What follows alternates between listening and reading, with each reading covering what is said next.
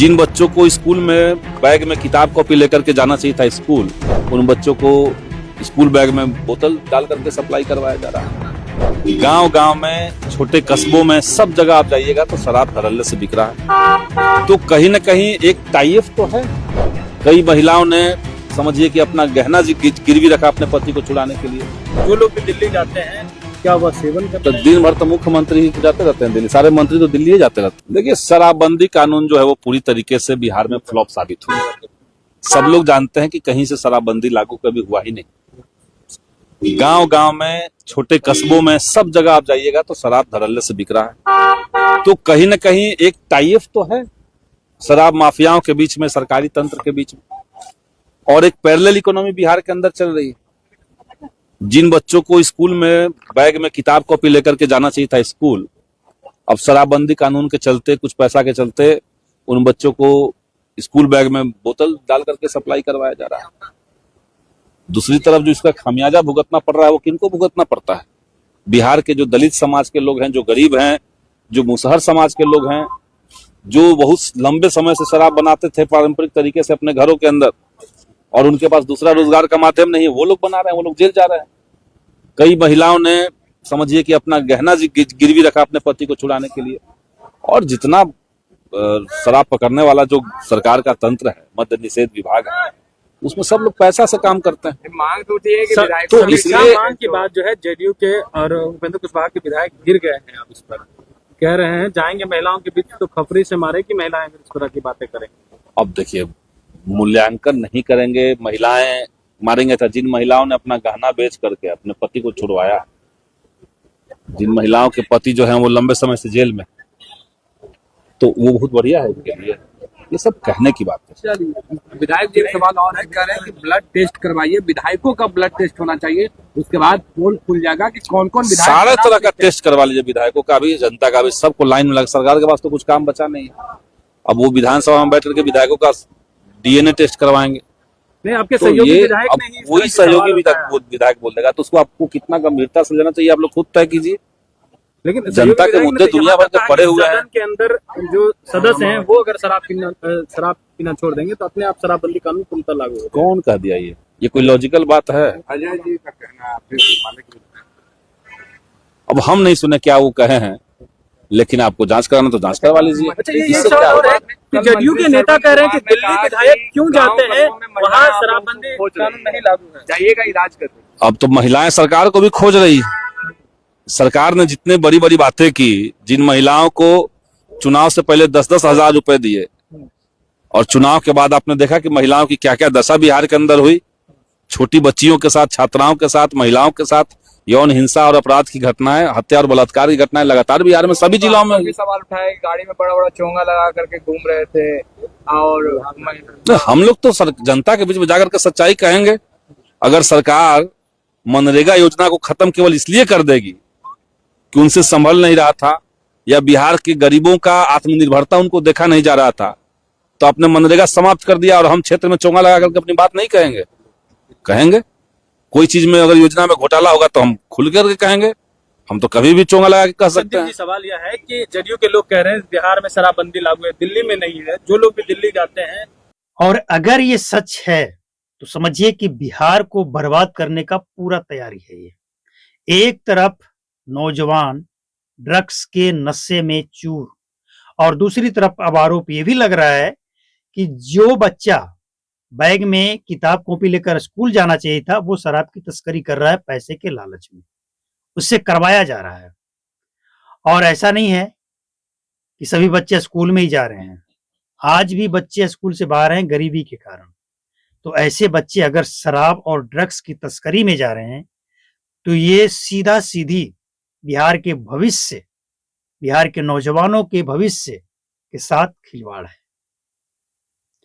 और सबसे बड़ी बात, पुलिस वाले पकड़े गए हैं।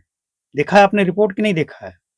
इससे पहले जो हमने रिपोर्ट दिखाया है, पुलिस वाले जो जेडीयू नेता के बॉडीगार्ड थे। तो अब सवाल ये उठता है कि क्या बिहार के मुख्यमंत्री नीतीश कुमार जो शराबबंदी लागू किए, उनका सपना चाहे जितना भी अच्छा रहा हो बिहार को नशा मुक्त करने का, लेकिन पहले वो अपने सिस्टम में बैठे लोगों का नशा मुक्त बनाए, अपने नेताओं का, अपने जनप्रतिनिधियों का और पदाधिकारियों को नशा मुक्त करें पहले, इसके बाद जनता को बना लीजिएगा। और दूसरी बड़ी बात कि नीतीश कुमार तो जीत करके बैठे थे कि हम शराबबंदी में कोई बदलाव नहीं करेंगे, कोई समीक्षा नहीं होगी, ऑल इज वेल है, सब ठीक ठाक है। जो बात सम्राट चौधरी पहले कहते थे, नीतीश कुमार शराब बेचवा रहे हैं, जेडीयू के लोग बेचवा रहे हैं, अब तो सबूत भी मिल गया, अभी तक मिल गया, बॉडीगार्ड उनका बेच रहा है। तो क्या अब ये सम्राट चौधरी इस कानून में, इस नियम में कुछ करेंगे, कठोर कार्रवाई करेंगे? क्योंकि अब ये जो मसला है ना, अब ये बिहार के भविष्य के साथ सीधा जुड़ गया है। देखा है आपने ऐसे लोगों को जो ड्रग्स के नशे में चूर, कोई खौफ नहीं, कोई डर नहीं। क्या ये हर शहर, हर गली मोहल्ले में फैल जाए? बिहार सरकार की ये मंसूबा है। अगर रोक नहीं लगता है ना तो एक दिन यही होगा। और अब तो सीधा सीधा आरोप ये है कि बच्चों के भविष्य लालच देकर खराब किया जा रहा है। अब भाई गरीब है, पढ़ नहीं सकता है, तो जाएगा इसमें। जो गरीब परिवार के, गरीब कमजोर जाति के जो लोग हैं, उनके बच्चे ये काम कर रहे हैं, तो खतरनाक है कि नहीं है? ये आज सबको मजाक लग रहा है, अरे क्या होगा, लेकिन वो दिन दूर नहीं है जिस रफ्तार से ये सूखा नशाखोरी बढ़ रहा है ना, ड्रग्स बढ़ रहा है ना, और बच्चे शराब की तस्करी, इसमें लगन है, लगन में खूब डिमांड होता है। जहां बाराती आया, पहले 2-4-10 बोतल का डिमांड, इसके बाद 11-12 बजे रात में फिर से सूर बन गया, फिर डिमांड। अब इसको सप्लाई करने में लगाया जा रहा है नाबालिग बच्चों को, तो ये भविष्य के साथ खिलवाड़ हुआ ना भाई। तो अगर ये सच है तो सरकार को एक्शन लेना चाहिए या नहीं लेना चाहिए? नीतीश कुमार तो जीत करके बैठे थे, ऑल इज वेल।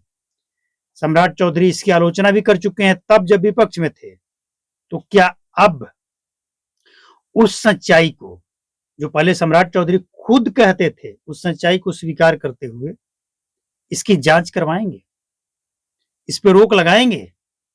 अगर नहीं तो फिर सब मिले हुए हैं, कुछ नहीं हो सकता है बिहार में।